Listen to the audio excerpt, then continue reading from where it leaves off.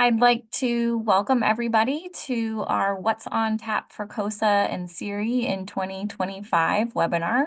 Welcome to this first webinar for our organization.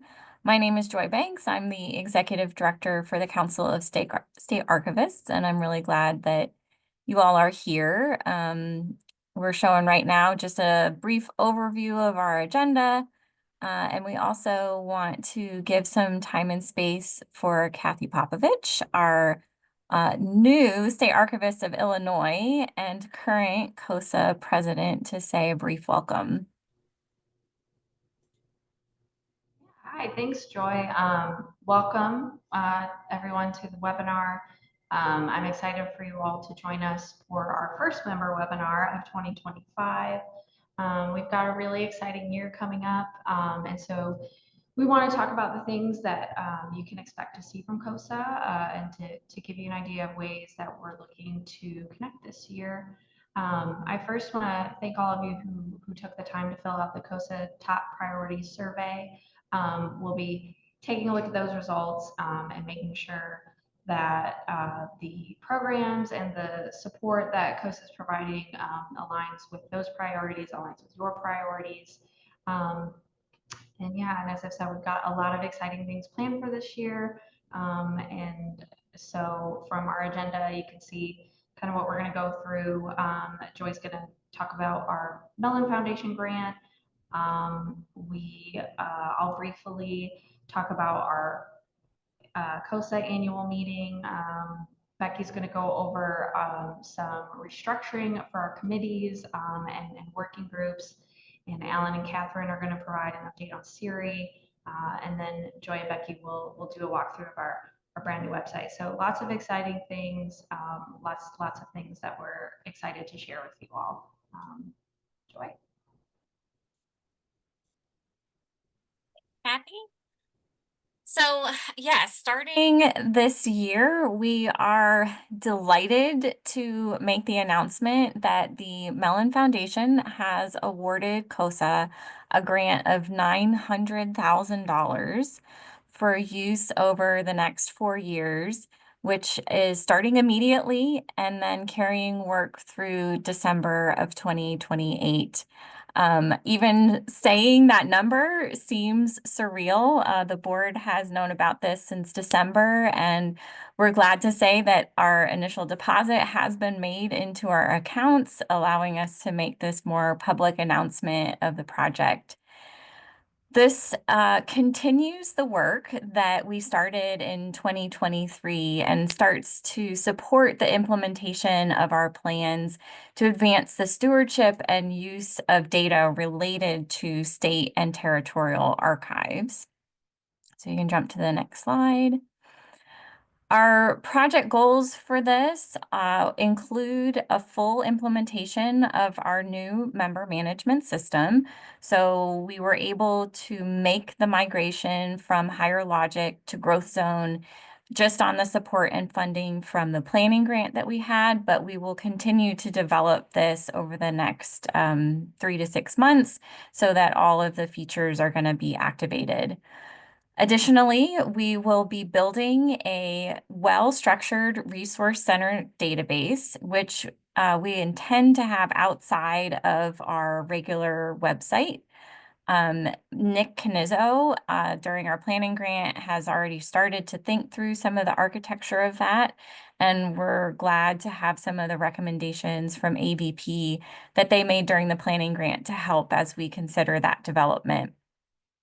Alongside that, we are also hoping to build a dynamic visualization of the conditions and practices of state and territorial government archives in the United States. And this goal is essentially the dream of making all of our archives and records management survey data, so those lengthy ARM surveys, into something more accessible than print PDFs, have this be a rich data set that if you have a question, you can come to this data to get a visualization or a response or some sort of comparison based on that.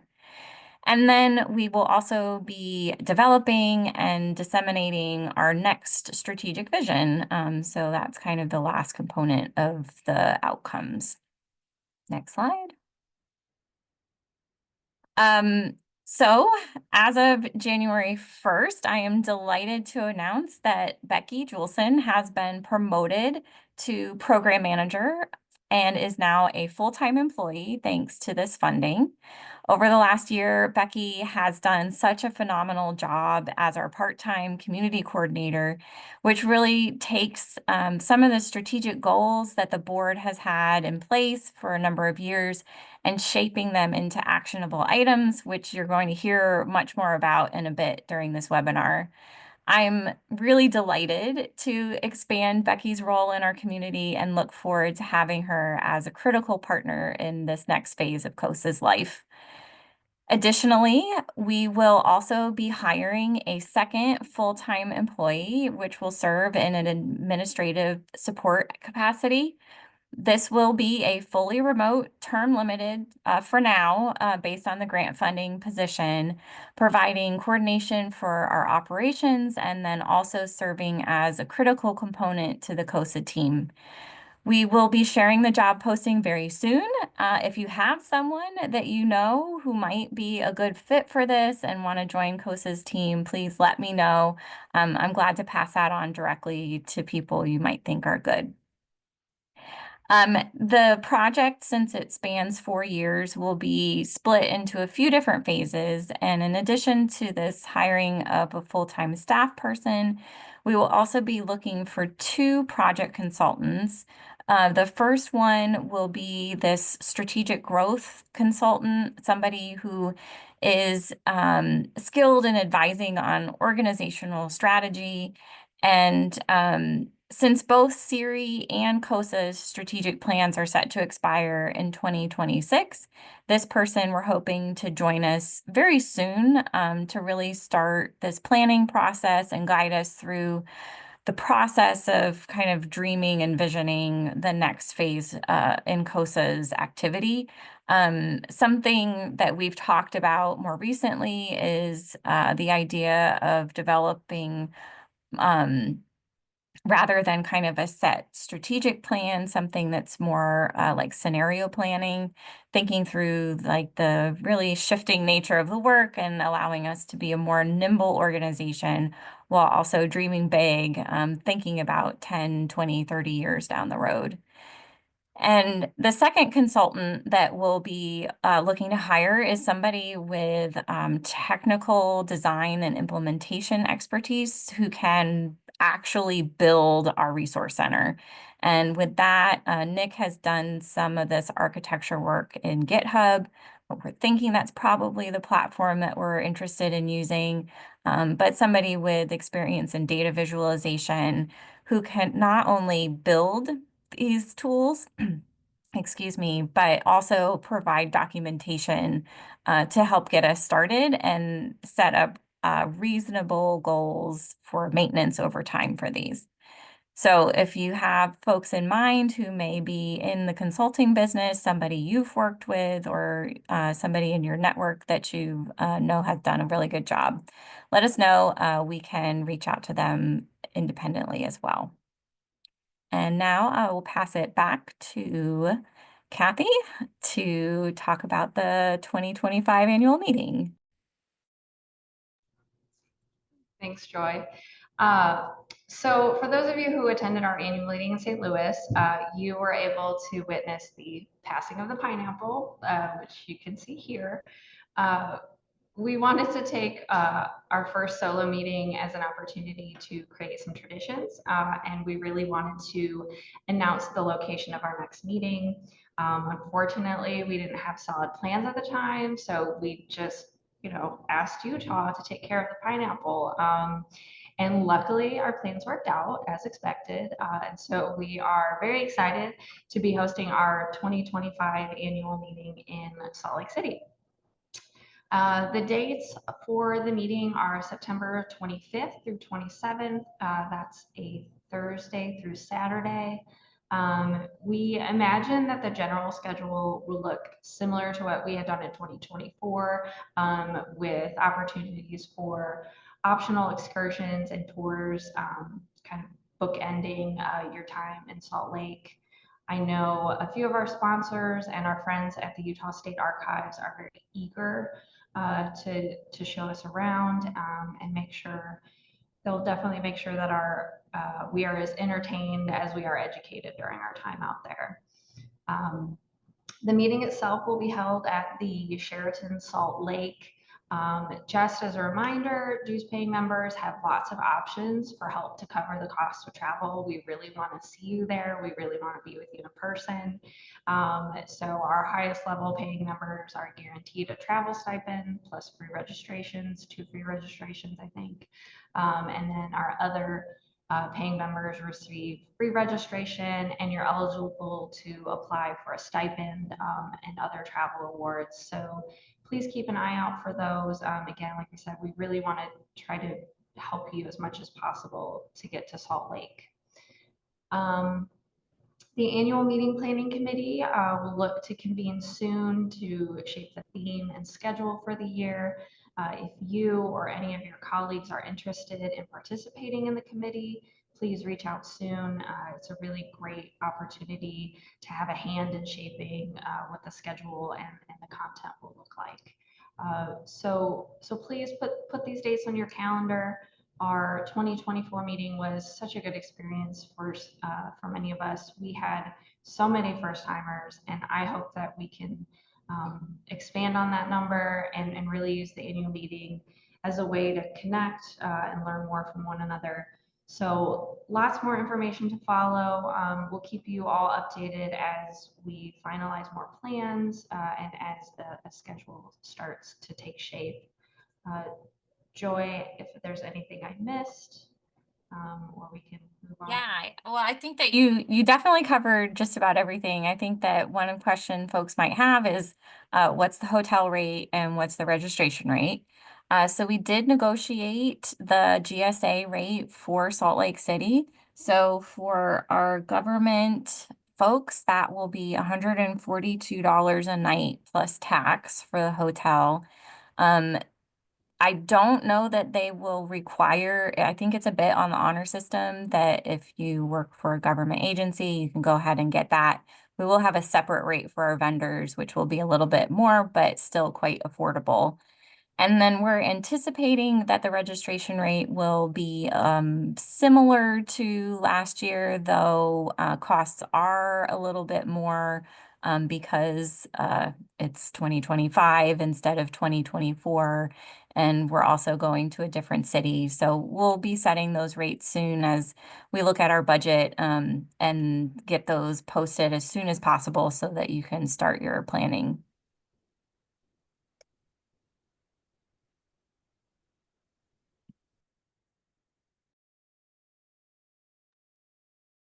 All right, as a lot of you have seen, either as being committee members, we've talked a lot about this restructuring and change we're making to committees. And there was a little bit of a sneak peek with it in the last newsletter. So we're moving away from the more traditional committee structure where groups of people get together, usually monthly, and they work on several different projects and deliverables. And we're going more towards a working group structure where we're going to take those different, 4 or 5 deliverables and projects that each group was working on, and we're going to create a working group around each one of those. So each working group has a very specific call to action and end goal and specific things they are doing.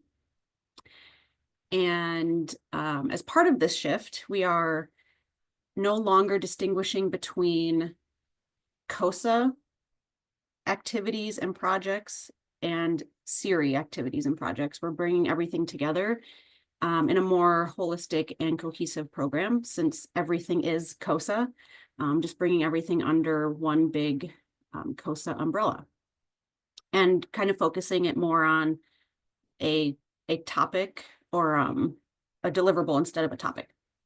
So we have a couple of goals with this. We really want to engage more people. We have amazing people doing amazing things through the committees, and we want to keep that going. But we do need to engage more people to keep up the good work. So hopefully this will allow people to get in on some more things that don't seem quite as daunting. Some of them are short term, some of them are long term, with very clear end results in mind. And you can get involved in as many of these groups as you want. The next slide will show you what all the working groups are. But yeah, you can join as many or as few as you want. And then we also wanted to provide well-defined opportunities. So you know what you're getting in for. It's not all of a sudden something else comes up that the committee has to deal with. And we want to make sure that we're utilizing your time and your talents as best we can for CoSA, but that in return, you all get a very rewarding and impactful experience out of it for yourselves. So the working groups are all listed here. We will have a web page on the website that lists all of these with scopes of work and more details about each one. We're still developing that page, but look for that soon. All of these groups are open for new members. So if any of these strike your fancy, let me know. You can contact me and I will get you in touch with the lead for each group. So each group will have a lead or co-leads that will kind of direct the work of each group. So we are looking for, some of the groups could use another co-lead. So if you're interested in a little bit of a leadership opportunity, this is a great way to get involved with that. And they all need members. So if any of these look good to you, reach out and I'll get you in touch with the right people. And if you have any questions about any of the restructuring or how any of it works, just shoot me an email.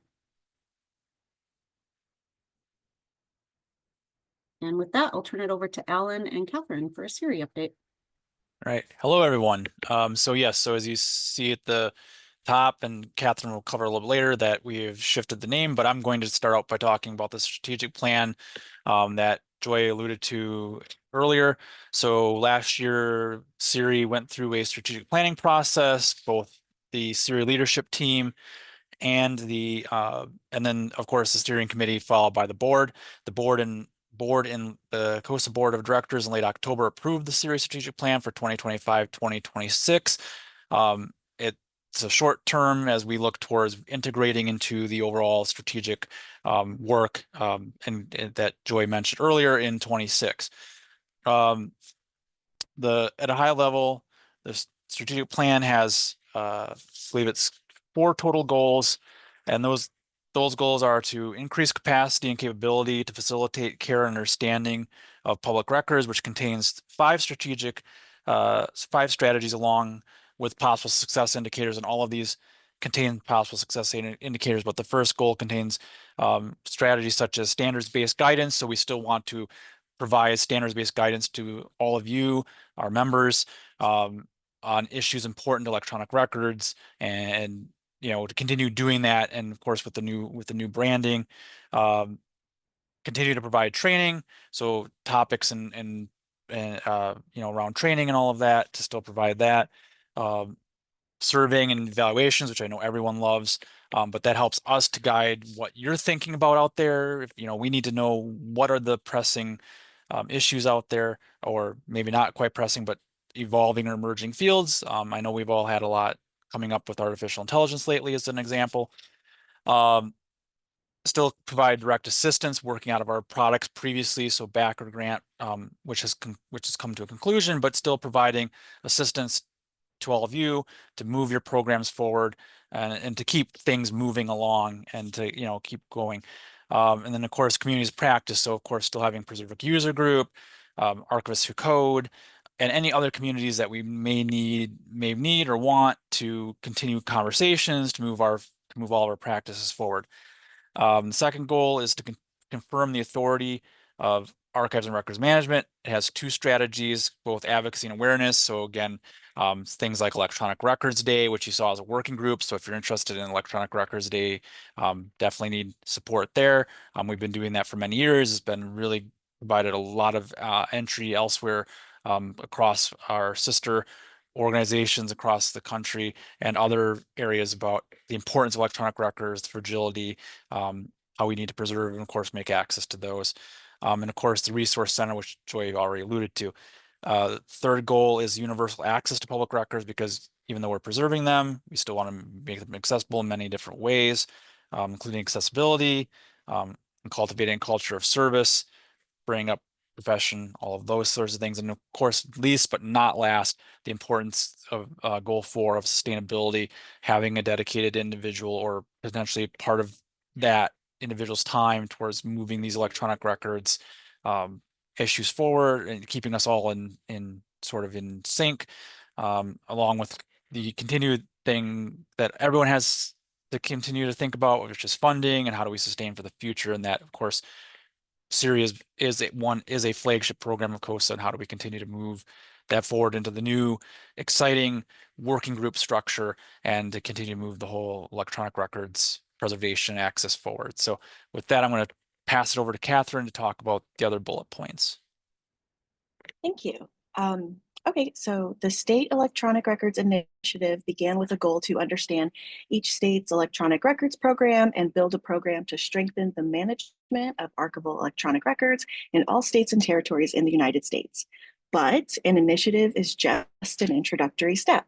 So SERI remains committed to providing resources and support to the state and territorial archives in achieving their missions related to equitable access, awareness, and preservation of electronic records. But it has moved forward from that initiative, that introductory step. The CoSA Board of Directors has recognized the longevity of this program and has updated the name from State Electronic Records Initiative to State Electronic Records Institute. So Institute is taking it to the next level. And then I just wanted to assure everyone that there are still SERI events. They're happening in those working groups. We have educational videos still happening, still being produced. We have EREX Day, or Electronic Records Day, still happening. And then the STEER Unconference is still happening, and that has been scheduled for May 15th. So SERI events are still happening. And if you are interested in participating or helping support those, please join one of the relevant working groups. And so with that, I'll turn it over to Joy and Becky.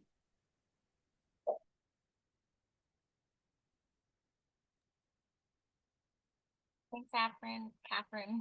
Thanks, Alan. I just could totally combine your names there. As we mentioned, that was a lot of information from the updates that we had. So if you do have any questions, let us know. But in this part of the webinar, we're going to shift into how all of this is going to happen now within the context of our new website and the new database that we are working with for the first time. So I am going to be leading us through a live walkthrough. So I will, as always, ask for grace as we continue to learn our own new website. But Becky will also be monitoring chat if you have questions. As I'm doing this, in order to facilitate, I will not be able to see chat as I'm sharing my screen and walking through this. So just feel free to interrupt me, Becky, if something comes up. And I will take us into the new website.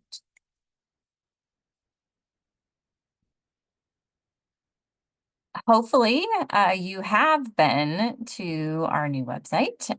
We were delighted to have the chance to do a refresh. It'd been about 3 or 4 years since CoSA did a design on its website, as websites tend to do. It had gotten a bit unwieldy. So in this process, we did try to take the time to streamline our menu options, to resort things that we noticed were causing us some pain points on different points. So if you can't find anything, do let us know. We are also continuing to add back in content as we assess it and make sure that it still remains relevant. But our homepage is now quite a bit simplified. We're working to have some more useful call outs, making sure our events are front and center, and getting you links to the things that we think are the things most important to you. So Find a Member is taking you straight into the member directory. You can get straight to our events calendar, right into the member login, and navigate through what should be some familiar menu items. What we want to make sure we go over today is how to use the members only space on our website, because this is a bit different than what we had within Higher Logic. So if you've not created your user profile yet, we strongly encourage you to take the time today to go ahead and do that with me while we're doing this. So if you wanted to navigate to the homepage and kind of step through these things, please feel free to do that. You can get to the login two different ways, either this member login box kind of in the header of the page, or at this logo, which does have a hover over indicator that this is your member login.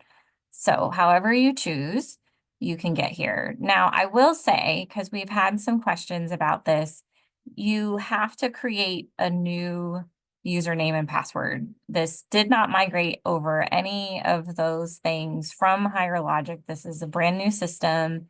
And even if you can see, like, I've got my password reminder buttons on this, if you have those the same, it likely is pulling in your old username and password, but this is a new system. So if you have not done so already, you can navigate to this create one down here. If you don't have an account, you can create one, enter your first and last name and your email, click submit, and that will send you a system generated email message to walk you through the process. It'll send a unique link where then you'll set your username, choose your password, and then you'll be able to log in under that system. So for anybody who has not created one yet, that would be a great first step. It will take a few minutes, but we have found it to be pretty responsive.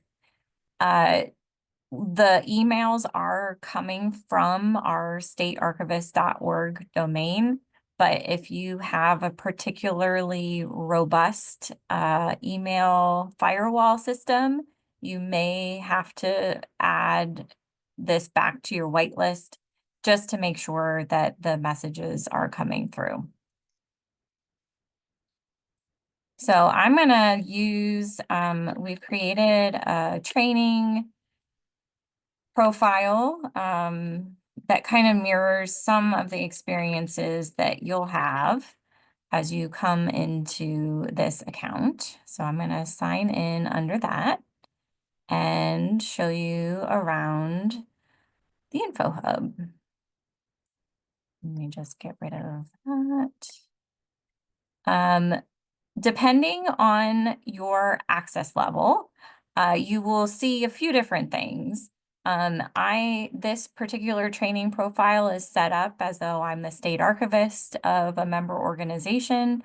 So if there were any open invoices, I would see that for the whole organization and not just myself. Everybody will always have this welcome platform. We will be working to create some CoSA specific videos so that they're relevant to our particular instance. And then everybody will also have a feed of upcoming events.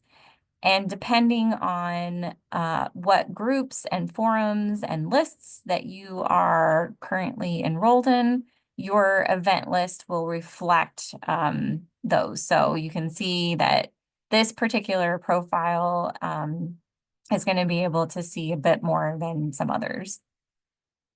One of the first things that you are going to want to do, so make sure that you're getting some updates, is set your communication preferences. So from the settings wheel at the top of the page, you can go into communications preferences, make sure that you have them being sent to the email address where you want them to go. You can add multiple email addresses in your profile if you want to.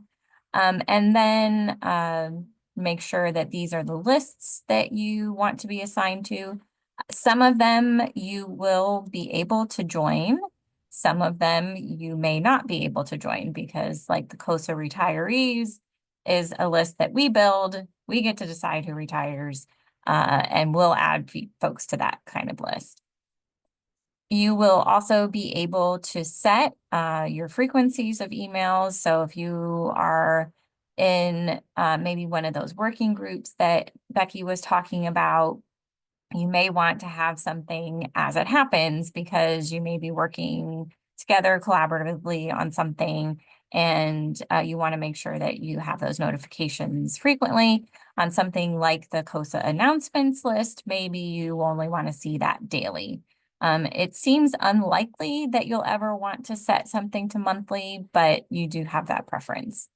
Then you can also refine your forum notifications. So the forums are kind of like the higher logic communities. So maybe you want to watch all of the things that are in the forums that you're a part of. If you have added topics only, I believe that that restricts it to just the ones that you add rather than the ones that your colleagues might add as well.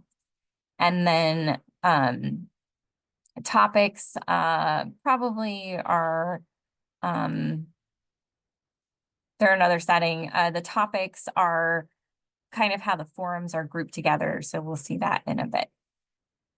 And then make sure you hit done, and that will make sure that you get the information that you need. From here, you have the power to add, edit, refine, flesh out your individual profile to your heart's desire. So if you want to add a professional bio, you can add your educational background, any work history that you want to add.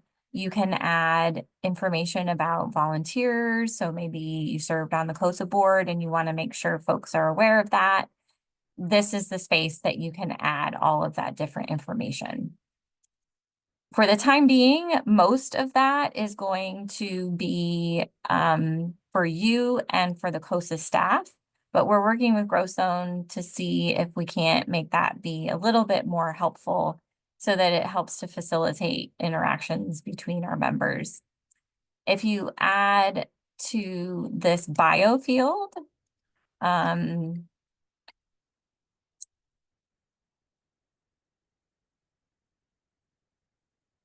this is where this field in particular is accessible in the active member directory that provides additional information about your colleagues. So you can add as much as you want in here. There's not a cap on the, well, we're not aware of a cap on the word count or character count in that field. So if you want to add your whole work history in there, as far as I understand, you can just add and format to your heart's desire in that field.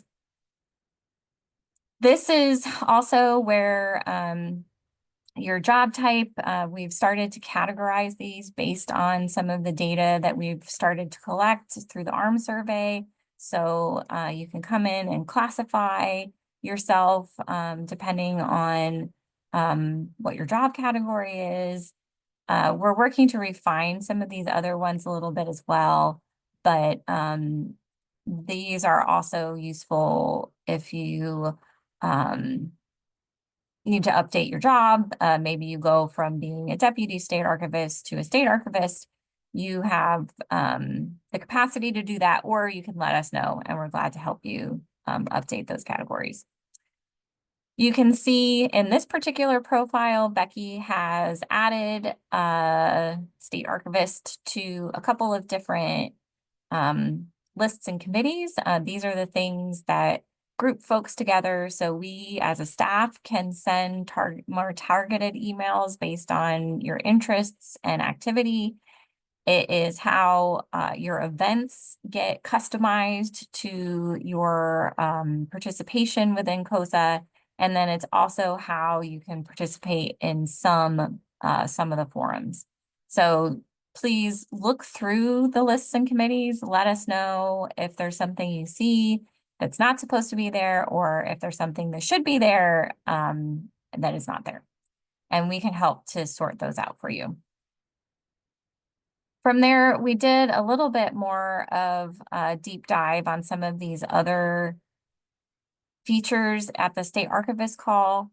If you are the primary contact for your organization, you're going to see a bit more features related to the ability to edit your member organization. So here I have the editing boxes, maybe our website changed and I need to come in and change that, or we have a new one and I want to add an additional website. You can also add a bio for your organization, which again is something that will show up on our public directory for your organization. So maybe you want to give a few sentences about the history of the agency and add more information there. If you want to have information about employment, this is kind of an underdeveloped data point that we're working on related to the Mellon project, and thinking through how our members want to relate and talk to each other, maybe based on the size of their organization. Under related contacts, for everyone, you will be able to view these. For the primary contacts, you'll also be able to edit these. So if you have a new employee starting or somebody has left, you'll have the authority to come in and make those changes much more effectively than we can. Again, we can help with this, especially if we need to make sure that they're assigned to particular groups or they want to volunteer with something. We're always happy to help, but it will probably be much faster for you to maintain these lists than for us to try to keep on top of the changing nature of your staff. So that's a quick and dirty of the info. Again, with the billing info, if you have open invoices, this is where this will be. You'll be able to see the payments that you've made. We do not have any auto pay set up right now. It's something that I'm thinking most government agencies would never, ever do. But the good news is that we will be shifting our payments into the system. So rather than being structured on PayPal, which is what we've had for a number of years, through GrowZone, we have access to Stripe. So that is going to be the payment processing system that we'll be using now. It comes with a bit of a discount. The processing fees are going to be a little bit less. And we should have the ability to process ACH payments through our system. So not just credit cards anymore. For a number of our members, we've gone through and done the registration process to set up ACH with your state. I'm more than happy to do that as well. It really is the most efficient way. And we can always also accept checks. We will accept paper checks as long as paper checks are printed. So never think that you can't just send us a check. This is also, as you think about registering for the annual meeting, this is where you'll be able to see that overview, see what you signed up for, make sure that the payment went through, get verification for that as you need. Under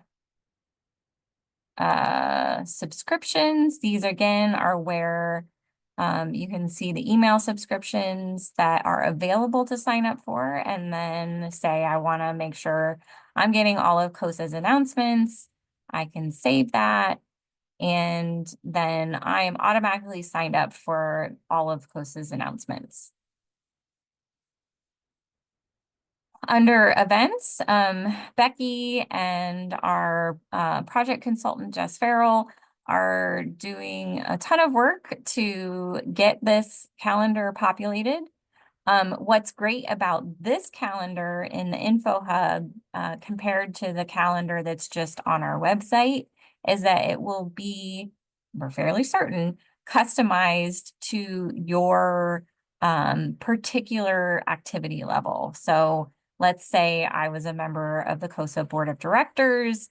I would be able to see those board meetings on this calendar, make sure that they're added to my personal calendar. You can come in and register for anything that is open. I probably can't do that one because it's in the past. Let me look at something in the future.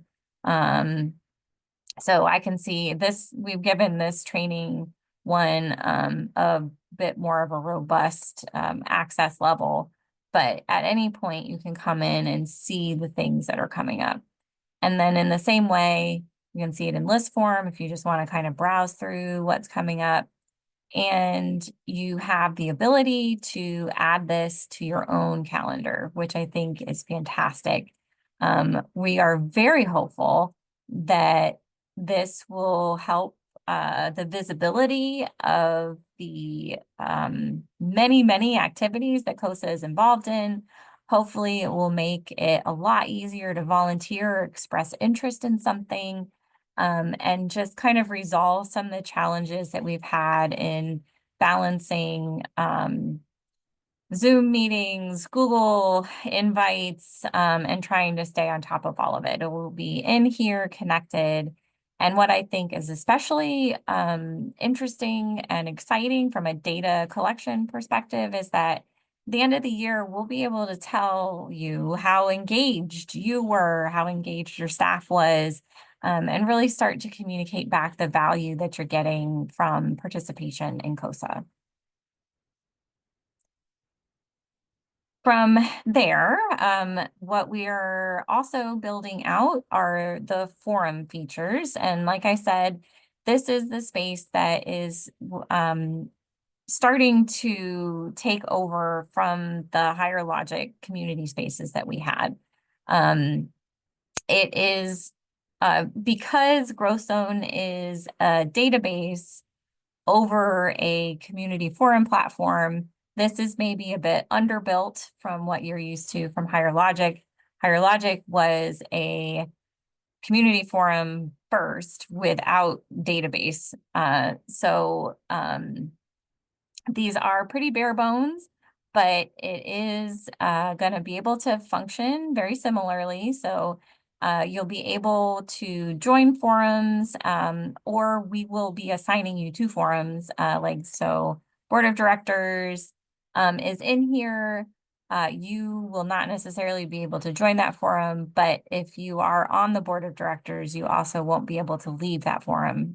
So some will allow you to subscribe and leave, and others, we will make sure that we're doing that on the back end. It's pretty simple to add a topic. It's very similar to what you've seen in Higher Logic. You have all of your same formatting features to this. You can add files if you're wanting to share something. And then share a post, publish it, click done, and it will be visible here. Once this is posted, you would then be able to add a comment if you wanted to say, oh, that's a great post, or volunteer to help. It's super easy to do that.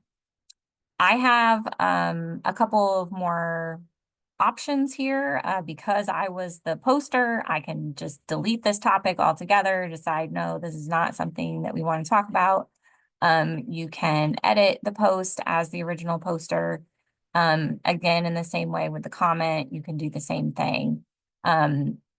We're continuing to work on the documentation on this process.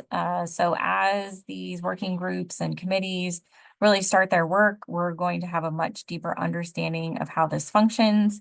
From everything that we understand at this point, though, you will have to come into the Info Hub to participate in the forums. So you'll get the notification in your email. And I'm going to say this with a giant asterisk because we're just not real sure yet. We don't think that there is a way for you to participate in the forums exclusively from your email box. So what I'm imagining is that when you get the forum alerts, you get a notification that there was a post, and then you'll be prompted to log in and participate further if you'd like. As we continue to understand the system better and as they continue to respond to our needs, those directions may change. But it is our best understanding that that is how this will function. We are very excited that along with this Growth Zone platform, we will be able to start to provide some continuing education from the Backer Project and the work that we've done with cultural competencies. We'll be building a self-guided educational curriculum in here for testing very, very soon. And we'll be able to start offering some similar content in this way. It's something that the community has expressed a really deep interest in. And we're really excited that that's going to be something that we can start doing through here. You'll be able to track your hours, credits. We can issue certificates, other sort of badging. And I think this is going to be a real dynamic addition to CoSA's offerings.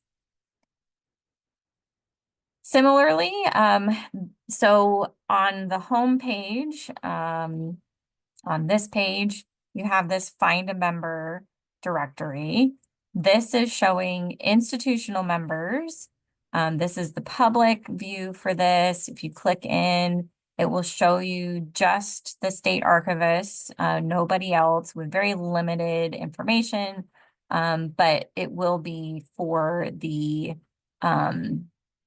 institution. When you're logged into the Info Hub, we are working to build out the individual connection points. So this is going to be all of the people that are associated with those member institutions. Right now, we've got board members, and I think that Jess went in and added the participants in the Archivist Who Code group. So that's who you're seeing along with some of our test profiles. But once you're in this space, then you can see your profile. This is not the place where you can edit it, but it is where you can view it. And then you can also see other people's profiles. So let's say I want to see Jamie. You can see Jamie's already added her picture, added a little bit more about her. These are also useful tags. So you can see Jamie's tagged as a state archivist. She's a SHRAB coordinator. She's got all these groups that she's a part of. So when you're in the directory, you can customize the results. If you are searching for a particular individual, let's say I want to see Tara. Oh, there she is. Now I want to go back, see everybody. You can also come in and say, well, who's everybody that works in the state of Connecticut? Oops, we've been using Alan for a lot of testing, but I'm not sure why you're not there, Alan, because you're a board member. So we'll have to check on that. Let's see. We're also allowing you to do some different categories here. If you want to see everybody who is in records management, that's why some of those tags are going to start to be useful. If you want to see all of the SHRAB coordinators, you can do that and start to get to know the folks. You can view these in two different views. So this is the contact card view, but there's also a list view, which gives you right up front a summary of information. And then you would be able to copy and paste an email address, pick up your phone and call them, whatever it is that you're wanting to do. I think that that is the rough and dirty overview of the major features of the Info Hub. So I'm gonna jump back in, see if there's any questions. Becky, maybe if there's people that want to raise their hand or you want to unmute, we can take some time and really answer any questions about any of the updates that we had, the grant, the annual meeting, the changes with our working groups, how you can volunteer, or any questions that you might have about SERI.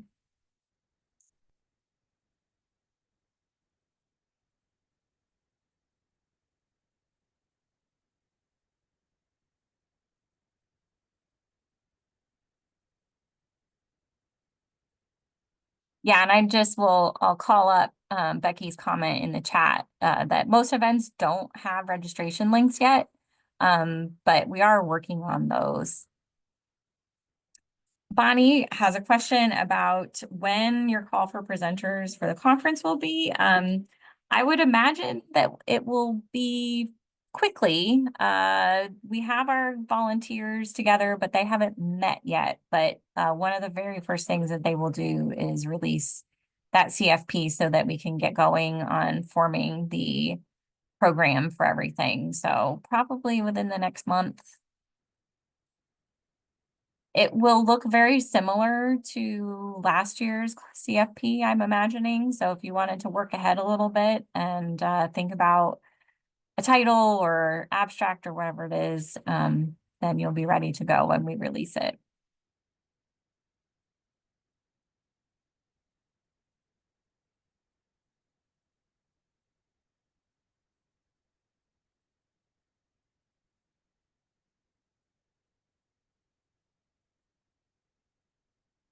Other questions, comments?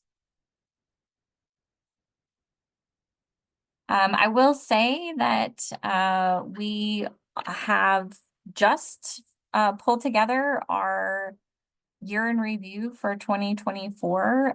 So we'll be sending around a message with that. We're really excited to just take this chance to reflect on everything that we did in 2024, kind of think about our focus on accessibility, and then shift now into 2025, where we're really interested in thinking about storytelling and the connections of collections and people as kind of a precursor and preparation for America 250 and everything and all the programming that's coming in 2026. So that's going to be a lot of the framing for our webinars and programming this year, as well as the annual meeting.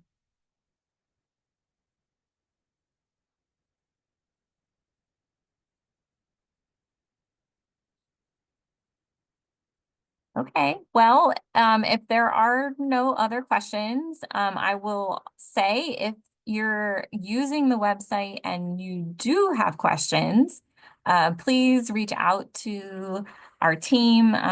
You're more than welcome to reach out to me or Becky individually, or you can email our info account. Especially if there's something that used to be on the website that you can't find, please let us know. It's somewhere. It's either not been added quite yet or somewhere in draft form. So we're more than happy to find those resources or an old web page.